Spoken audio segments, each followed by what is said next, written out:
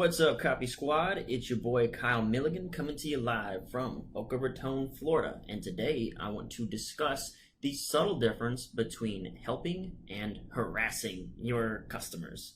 First, the story. They're like, how do you do it every day? How do you have new content every day? I don't understand the process. And I said, it's fine, I can show you how to do that too. So they say, I should just come live with you for a month. And I just respond, if you did that, I could 5x your income. Like basically 1 month, your whole life will change. And then here comes the quote, quote, objection, basically, I can't do that. I have to be here because bills, because this, because that. In turn, I basically offer my experiences, which is like, you don't need them, get rid of them. And what I mean by that is, you don't really need bills. This is gonna sound, and this is where I'm talking about. This is the solution. This is the difference between helping and harassing someone, okay? And I'm like, you don't need a house. You don't need that car.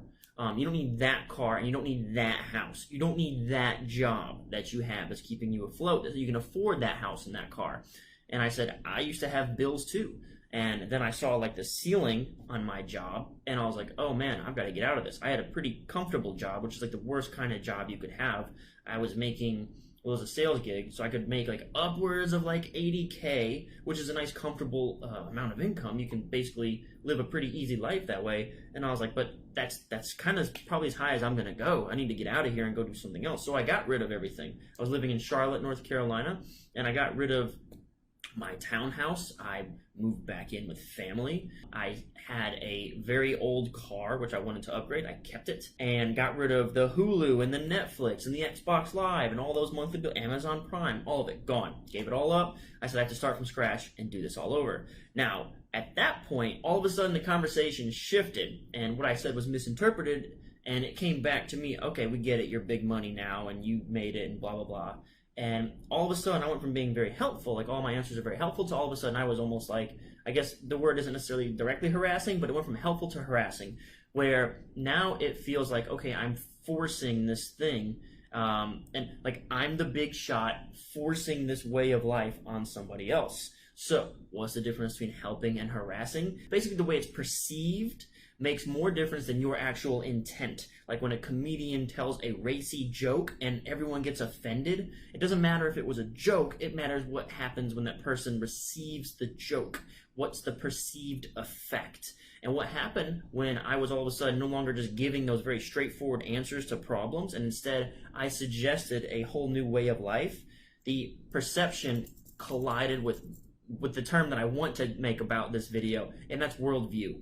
The worldviews didn't mesh. To me, success kind of like everything kind of game. Like it's worth it. Like there's almost nothing I wouldn't give up to make it, to learn, to grow, to be more successful. And I proved that just a couple years ago. Basically went homeless.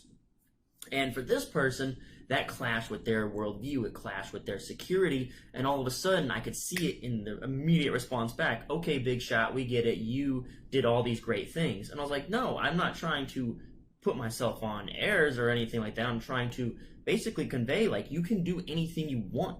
The only thing holding you back, these bills, this house payment, this car payment, anything like that, that's because you acquired those things, and you can get rid of them just as easily, and you can have a fresh start. I'm not sitting here to show off what a big turnaround I made, but that's when it became obvious, became apparent that I was conflicting with someone's worldview. So what's this got to do with copywriting?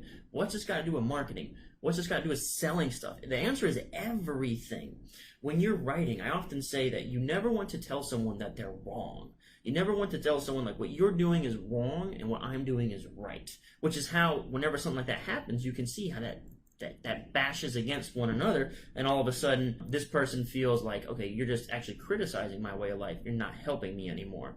Okay, so I thought about that, like the difference. I was like, well, whenever you have one of those moments and you go from, okay, I thought I was helping, to all of a sudden it's like, okay, this is more like harassing, because they are not willing to accept the information that you're providing. And I think that's super duper duper duper duper important whenever you're reaching out, whenever you're selling anything, whenever you're making a pitch, whenever you're giving away information, or you have a sales letter, that you know exactly where your customer's world view is.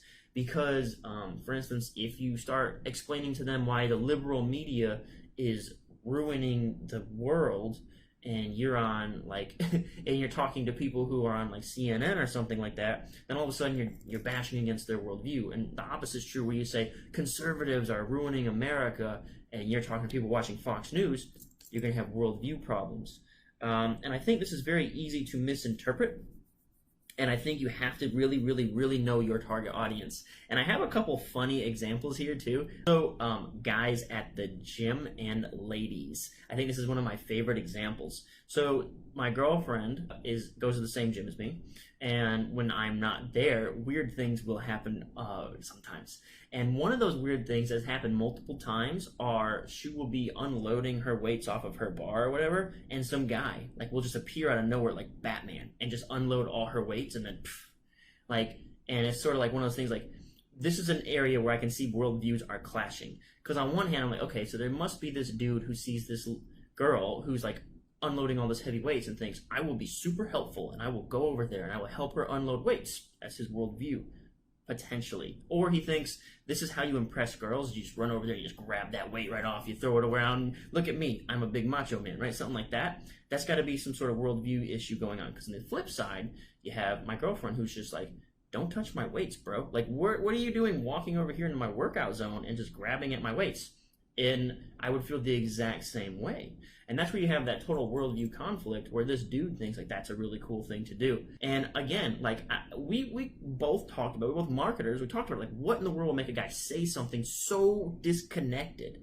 And it is a worldview thing. And it's important to understand, to grossly label things as right or wrong it can make things very difficult to sell to certain groups of people. And it's more, I'd say, profitable to try to figure out where they are.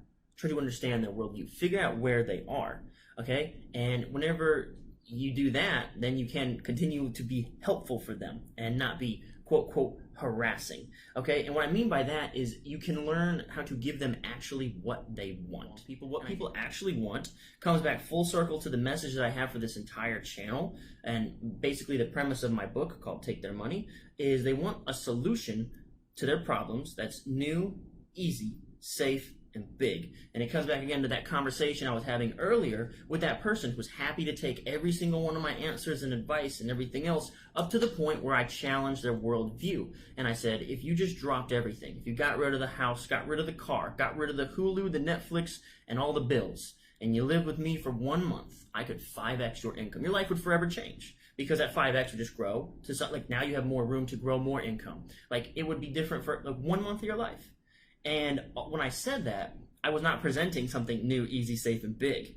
And they got a wee bit hostile, right? They're like, okay, we get it. You're the big risk taker, and you're a big shot, and you know everything.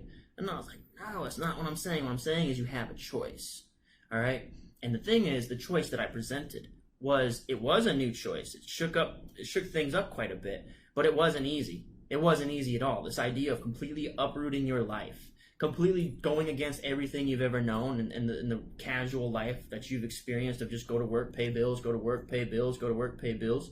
Definitely not easy. Is it safe? That's debatable. For me, I think it's very safe. I think it's safer to go ahead and just strip everything down to bare minimum, bare basics, not bring on more debt, not bring on more big expensive ball and chains. I think that's the safer bet. But to most Americans and most folks, it's safer to just go to work, pay bills, go to work, pay bills. I think that's dangerous. I think that's the scariest thing. That's why I quit my job when I saw the ceiling. I was like, oh my God, I'm going to be here forever. I'm going to be stuck in this cycle of go to work, pay bills, go to work. For me, that wasn't safe at all. For me, my worldview is that's the most horrifying outcome that could possibly exist. And I bailed on everything, and I basically ended up homeless for about a year and some change. And it eventually did work out for me, right? So again, those worldviews right there clashed, all right? New, easy, safe, and big. Is it a big change? Most definitely, 100%. But you can see that whenever I don't offer something that fits all of these, how quickly it spun a little bit around and was like, oh, and again, like this, if you stop and think about it from a personal level, and you think about it from like a rational model, right, where you're just like, okay, let's elaborate qualities A, B, and C, and let's elaborate like the pros and cons of this and the pros and cons. Let's evaluate, not elaborate. Let's evaluate the pros and cons of this and that. well, there is no emotion tied into it. But everything, all of our decisions are emotional. Whenever we speak to someone to make a decision, we're speaking to the emotional brain. That's why this person didn't just simply say, well, in order to do that, this is what I would have to accomplish in this order. What they said no was, you think you're somebody. Like, then all of a sudden it like blew up, right? So that's because ego, emotion, all those things are tied into every decision and ultimately into a person's worldview. So to challenge your worldview is a very, very tough thing to do. All right, that's all I've got for today. I hope you found this interesting. Thanks so much for tuning in. Peace out. Copy Squad.